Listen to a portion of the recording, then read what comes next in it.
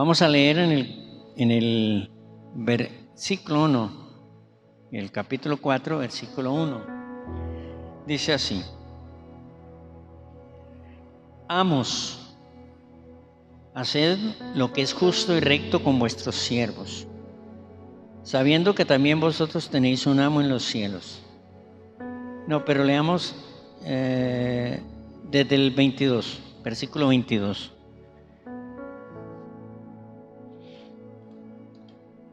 Versículo 22. Dice: Siervos, obedeced en todo a vuestros amos terrenales, no sirviendo al ojo como los que quieren agradar a los hombres, sino con corazón sincero, temiendo a Dios. Y todo lo que hagáis, hacedlo de corazón, como para el Señor y no para los hombres, sabiendo que del Señor recibiréis la recompensa de la herencia, porque a Cristo el Señor servís. Mas el que hace injusticia recibirá la injusticia que hiciere, porque no hay acepción de personas. Amos, haced lo que es justo y recto con vosotros, con vuestros siervos, sabiendo que también vosotros tenéis un amo en los cielos. Perseverad en oración, velando en ella con acción de gracias, orando también al mismo tiempo por nosotros, para que el Señor nos abra la puerta para la palabra, a fin de dar a conocer el misterio de Cristo, por el cual yo estoy preso, para que lo manifieste como debo hablar. Andad sabiamente para con los de afuera, redimiendo el tiempo. Sea vuestra palabra siempre con gracia, sazonada con sal, para que sepáis cómo debéis responder a cada uno. Vamos a ver si alcanzamos a llegar al versículo 6 del capítulo 4. Estamos hablando acerca de lo que es la verdadera espiritualidad. Entonces, la verdadera espiritualidad se nota en las relaciones personales. Es evidente que una persona que sirve al Señor, tiene una comunión con Él, tiene relaciones buenas con la esposa y con el esposo, ¿cierto? Ese es el primer caso que aparece en el versículo 18 y el versículo 19. El versículo 20 habla de la relación, el 20 y el 21 habla de la relación de los padres y los hijos, y de los hijos y los padres. Se entiende que una persona espiritual tiene buenas relaciones con los hijos. Un hijo espiritual tiene buenas relaciones con los padres. En eso se marca la verdadera espiritualidad, no en esa cosa estática y mística solamente. Y luego habla a los siervos, ¿no? Y a los amos. Ya no hay siervos, ¿no es cierto? Porque la esclavitud se acabó. A partir de 1800 se acabó la esclavitud después de la Revolución Francesa. Entonces empezaron a abolir en Estados Unidos, en Alemania, en España. Aquí en América Latina también había esclavitud. Uno de los países que más tardó en abolir la esclavitud, para que usted vea, fue Colombia. Colombia había esclavitud, ¿sabían ustedes? Pero ya no hay siervos, ya no hay esclavos, ni tampoco hay amos. Pero sí hay obreros, pero sí hay trabajadores, y sí hay patronos, y sí hay empresarios. Y lo maravilloso de la palabra del Señor es que los principios que regían la relación de los amos y los siervos igualmente sirven para regular la relación de los empresarios y los trabajadores. Son principios generales. Qué maravilla, ¿no? Hermano amado. Así como debería ser un amo con su siervo, debe ser un patrono con su trabajador. Así como era un siervo con su amo, entonces debería ser un obrero para con su patrono, para con su empresa. Amén. Y a los siervos les dice tres cosas. La primera, les exhorta, le llama a la obediencia. Le dice: siervos, obedezcan en todo a sus amos. El 22. En todo a vuestros amos terrenales, ¿cierto? Obedézcanle en todo. Esa es la exhortación, ¿no? A sujetarse y a obedecer a los amos. De aquí se desprende un principio muy importante. Es el principio del reconocimiento de la autoridad y de la sujeción y de la obediencia del trabajador hacia el empresario o hacia el patrono. El cristiano tiene que mostrar esa obediencia. Amén. Los que trabajan y tienen patronos tienen que mostrar esa obediencia porque son cristianos. Y aquí tenemos un principio. Fíjese que Pablo no les anima a los esclavos a levantarse para terminar con la esclavitud. Hubiera podido, ¿cierto?, fundar un movimiento, ¿verdad?, de rebelión, porque la esclavitud era un sistema social inicuo. Los terratenientes y las personas que tenían dinero tenían esclavos. Casi en cada casa habían esclavos, hermanos. Usted lee la Biblia o lee la historia y se da cuenta que la esclavitud eran mucho más los esclavos que los que eran libres, mucho más. La población de esclavos era muy grande, hermano. Entonces era fácil tener esclavos. Y bueno, por eso aquí la palabra del Señor no anima a los esclavos a rebelarse, pero sí les dice que si pueden hacerse libres por los métodos bíblicos, porque había unos métodos bíblicos que podían usar el esclavo para ser libre, ¿no? Como pues pagando la deuda, pues en fin. Número 2, el modo de obedecer o el modo de sujetarse. En el versículo 22, ¿cierto? Siervos, obedeced en todo a vuestros amos terrenales, no sirviendo al ojo como los que quieren agradar a los hombres. Pero aquí nosotros tomamos un pasaje que está en Efesios capítulo 6, pues que habla de lo mismo, versículo 5. Siervos, obedeced a vuestros amos terrenales. El modo, primero, con temor y temblor. ¿Cómo? Con temor y temblor. Fíjese, hermano, fíjese la calidad de obediencia que debe tener el trabajador. Debe respetar a su amo, reconocer a su amo con temor y temblor. Y cuando uno lee eso, uno dice, como exagerada la Biblia, porque nosotros tenemos en nuestro corazón el germen de la rebeldía, la inclinación a la rebeldía, hermanos. Y nos cuesta trabajo, ¿cierto?, reconocer la autoridad. Con temor y temblor significa con mucho respeto. ¿Por qué con temblor? Porque la autoridad representa a Dios. El patrón impío, sí. Romanos 12 dice que las autoridades, así sean malas, representan a Dios. Porque la autoridad que ellos tienen ha sido dada por Dios. Amén. Este conocimiento, este entendimiento de la sujeción a la autoridad es muy importante que lo aprendamos, hermanos. Es muy importante. Número 2. Estamos hablando del modo de obedecer o someterse a los patronos. Con sencillez de corazón, con sencillez, dice ahí. El versículo 5. Con sencillez de corazón como a Cristo.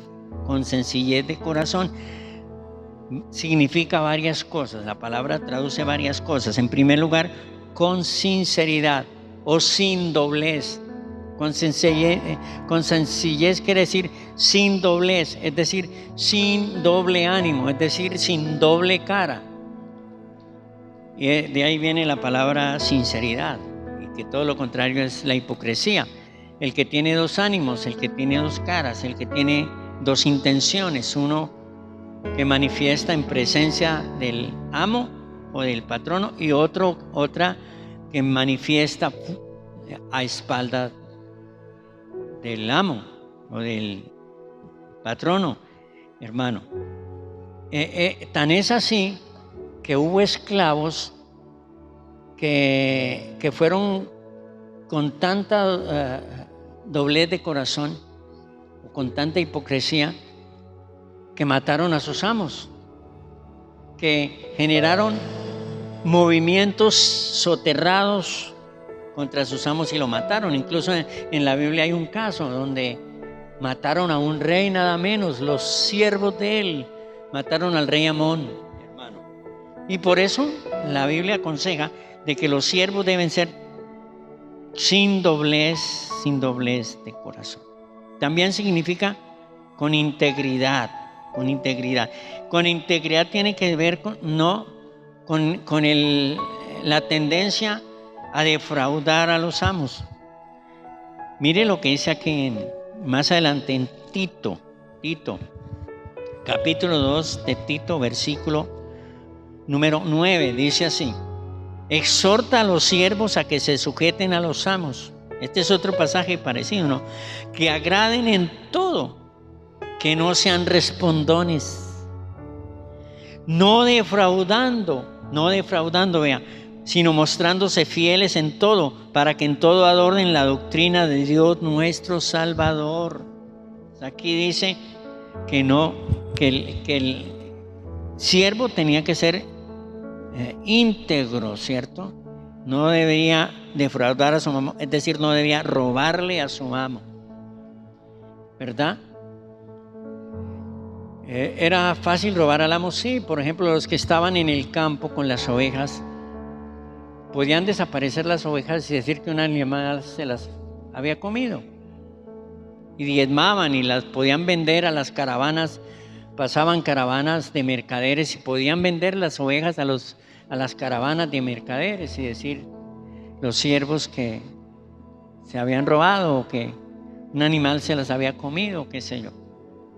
Y ahí por eso leemos eso. Incluso hay parábolas. Usted ve que Jesús usó varias parábolas para hablar de la mala conducta de los siervos, ¿no? Los labradores de la viña, por ejemplo. El siervo infiel, por ejemplo, ¿no? Hermano. Pero también significa lealtad y también significa laboriosidad, es decir, que sean hacendosos como José, que hagan las cosas con excelencia, de la mejor manera, con el mejor ánimo. Eso quiere decir, hermanos. Mire que José en la casa de Potifar hacía las cosas con tal excelencia que lo pusieron como jefe de los sirvientes. Amén. Le entregó el amo de José todo el manejo de la casa. Él era el que dirigía ordenaba los trabajos y servicios en la casa de Potifar, porque él hacía las cosas con excelencia, era distinto a los demás siervos. Eso quiere decir laboriosidad. Y luego dice, en tercer lugar, dice el versículo 5, como a Cristo. Deben servir a sus amos como a Cristo. ¿Cómo uno sirve a Cristo? ¿Cómo serviría uno a Cristo? Nos es difícil pensar que servimos a un patrón terrenal como si estuviéramos sirviendo a Cristo. Tremendo, ¿cierto, hermanos? ¿Eso qué quiere decir? Quiere decir que sirvamos a los patrones terrenales como si fuera un acto de adoración a Dios, con un sentido sagrado. No podemos, hermanos amados, poner las tareas físicas del trabajo, en las que uno tiene momentos de estrés y los podemos poner en un plano que no sea espiritual. El trabajo es espiritual. El trabajo físico que hacemos, así no está usted invocando a Dios, y no esté usted cantando, así esté usted sudando y haciendo sus trabajos fuertes. Usted está haciendo un trabajo sagrado.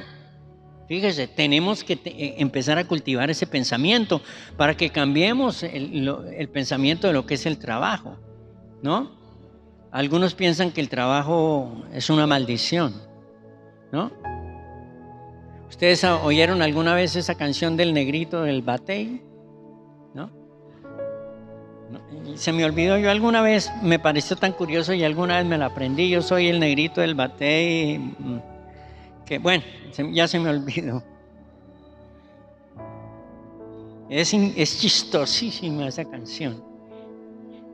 Hermano, como a Cristo, quiere decir con un sentido sagrado. Hagamos el trabajo con un sentido sagrado. Hagamos el trabajo para el patrón o para la empresa con un sentido sagrado. Eso cambia la perspectiva y cambia la visión de uno como trabajador. ¿No le parece, hermano? Y luego dice, al siguiente, versículo 6, no sirviendo al ojo. ¿Qué quiere decir no sirviendo al ojo? Es decir, no haciendo las cosas laboriosamente mientras la persona está presente, cuando está ahí.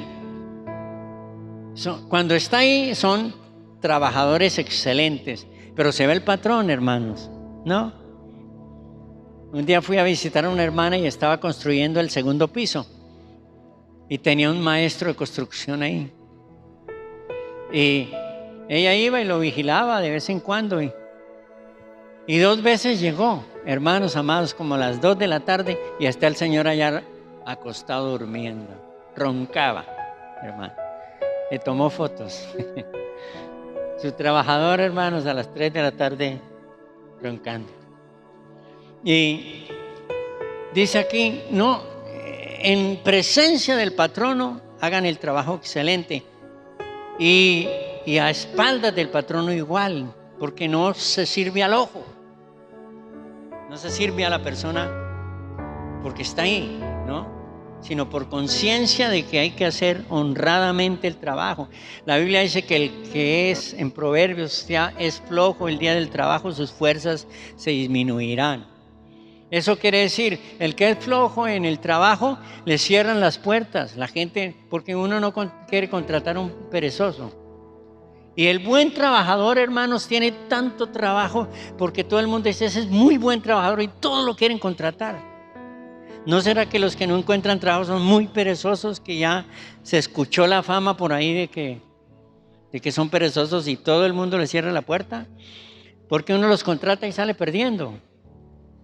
¿Verdad, hermano? No sirviendo al ojo. Y luego dice, como los que quieren agradar a los hombres, sino como siervos de Cristo, de corazón, haciendo la voluntad del Señor. Uy, esos versículos es tremendo, ¿no le parece, hermanos? Haciendo la voluntad del Señor. Escuche, hermano, el trabajo que está haciendo en el momento usted es la voluntad del Señor para sostener a su familia. Mientras yo leí este pasaje, sí puede ser que el trabajo sea difícil, forzado, en fin, pero por el momento es esta la voluntad del Señor. Y desarrolle su trabajo pensando, estoy en el centro de la voluntad del Señor. Y el día que el Señor quiere darle un mejor empleo, pues bueno, hermano, gloria a Dios. Ahora vamos con los amos. Perdón, pero el versículo 8, tenemos la tercera cosa. Son 3 cosas: la exhortación, el modo y la recompensa. La tercera cosa es la recompensa. Versículo 8, sabiendo que el bien que cada uno hiciere, ese recibirá del Señor, sea siervo o sea libre. Aquí hay una recompensa. Usted piense que usted está trabajando y hay personas que trabajan para empresarios y los empresarios nunca los ven trabajar, nunca los ven y hacen las cosas Y nunca seguramente ese empresario se va a fijar en lo bien que hace el trabajo ese trabajador. El trabajador se puede desanimar y decir, pero ¿qué? Estoy haciendo el trabajo aquí y nadie nota lo que estoy haciendo, a nadie le importa lo que estoy haciendo. Pasa desapercibido lo que estoy haciendo. No. Delante de la gente y de los hombres pasa desapercibido, pero delante de Dios no. Delante de Dios no, y eso es lo que quiere decir aquí. Si un trabajador se siente desanimado porque no recibe un elogio ni una recompensa de su patrón por el bien, por lo leal que es, por el buen trabajo que hace, por la manera como lo hace, porque no lo nota ni le importa notarlo, porque hay de pronto empresas grandes donde tienen muchas personas trabajando, igualmente siga haciendo las cosas así nadie lo vea, así nadie lo note, porque la recompensa la da el Señor, sabiendo que el bien que cada uno hiciere, ese recibirá del Señor, hermano. Algún día vendrá la recompensa, ¿no le parece? Amén, hermanos. Muy bien. Ahora los amos. Vamos a ir a Colosenses, capítulo.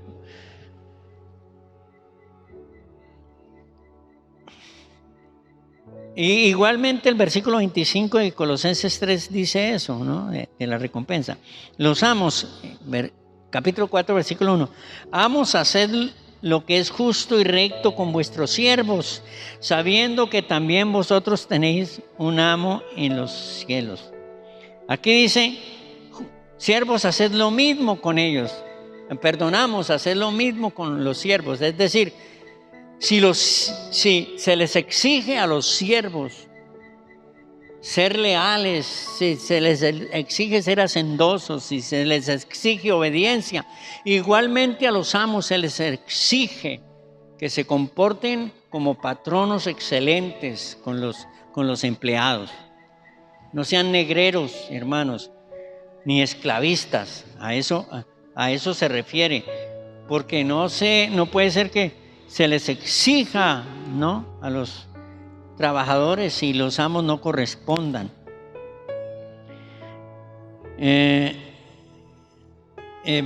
Pasemos al versículo, si es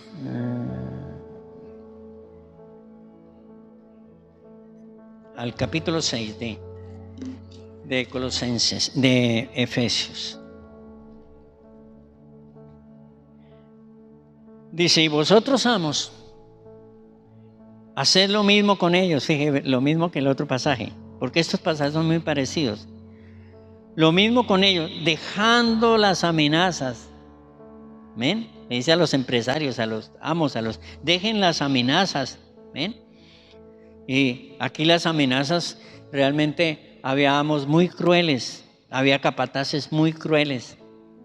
Si nosotros leemos Éxodo capítulo 1 al capítulo 3 de Éxodo, nos vamos a dar cuenta, hermanos, cómo trataban a los siervos los egipcios, y los siervos eran los israelitas, y cómo los trataban con crueldad y cómo los azotaban, hermanos, y les ponían unas tareas imposibles de cumplir y los apremiaban y estaban en una condición de esclavos. Dice la Biblia que gemían delante del Señor. Hermano amado, mire, al decirles dejen las amenazas, le está diciendo dejen ese trato cruel con ellos. Tengan consideración con los siervos. ¿Usted recuerda ese pasaje de Lucas capítulo 7, versículo 17, que Jesús dice, ¿qué amo? Que su siervo al venir del campo le dice, siéntate a la mesa, come y bebe conmigo. La respuesta, ningún amo hace eso, ¿no? Ningún amo le dice al siervo que viene del campo de trabajar todo el día con el ganado o en el cultivo, siéntese ahora a la mesa y come conmigo, con el amo, con el patrón. No. Luego el Señor dice, luego más bien no le dice, porque era la costumbre, después de venir de trabajar, cíñete y sírveme y atiéndeme. Realmente no tenían sosiego, los siervos no tenían descanso, y por eso les dice, dejen las amenazas. Mire, hermanos, que para Dios no hay acepción de personas. Para Dios son tan importantes los siervos como los amos. Amén.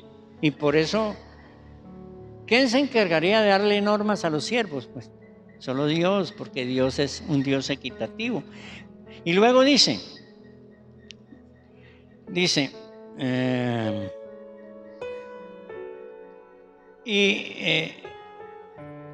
amos, haced lo que con ellos lo mismo, dejando las amenazas, sabiendo que el Señor de ellos es vuestro y que está en los cielos, para el que no haya acepción, para el que no haya acepción de personas. Pase a Colosenses para que complementemos lo que dice Colosenses, porque son pasajes muy parecidos. Luego dice,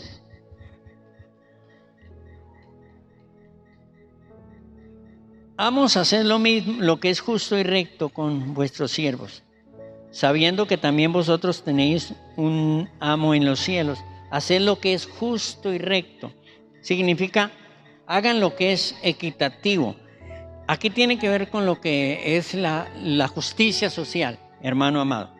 Le está imponiendo al amo que tenía a su siervo el que le diera vestido, el que le diera comida, el que le diera techo, el que se preocupara por la salud de ese siervo. De ahí nace lo que hoy llamamos seguridad social, de este principio aquí en la Biblia. Un patrono tiene que tener a su siervo, a su empleado, con condiciones apropiadas de seguridad social. Hermano, amén. A eso se refiere ese pasaje. Que se trate al siervo como a una persona y no como a un animal, hermano, con tareas excesivamente pesadas, dándole descanso. Mire que uno de los objetivos de la ley para descansar el sábado era que los siervos también descansaran. 6 días trabajarás y el 7º descansarás. No trabajará ni tu siervo, ni tu sierva, ni tu buey, ni tu asno, ni tu... No trabajaba nadie, hermano. Ni los animales trabajaban. Mire cómo es el Señor. Ellos tenían que dar un día completo de descanso a sus siervos. Todo el día. Esos siervos no iban a mover un dedo ese día, hermano. Aún en la calidad de siervos. Tremenda cómo era la ley del Señor. Gloria a Dios. Estoy luchando con el tiempo, a ver si me alcanza. No me alcanzó. Bueno. Y la otra parte que sigue de Tesalonicenses pareciera que tuviera otro tema. Del versículo 12 en adelante, ¿no? Pero vamos a dejar ahí.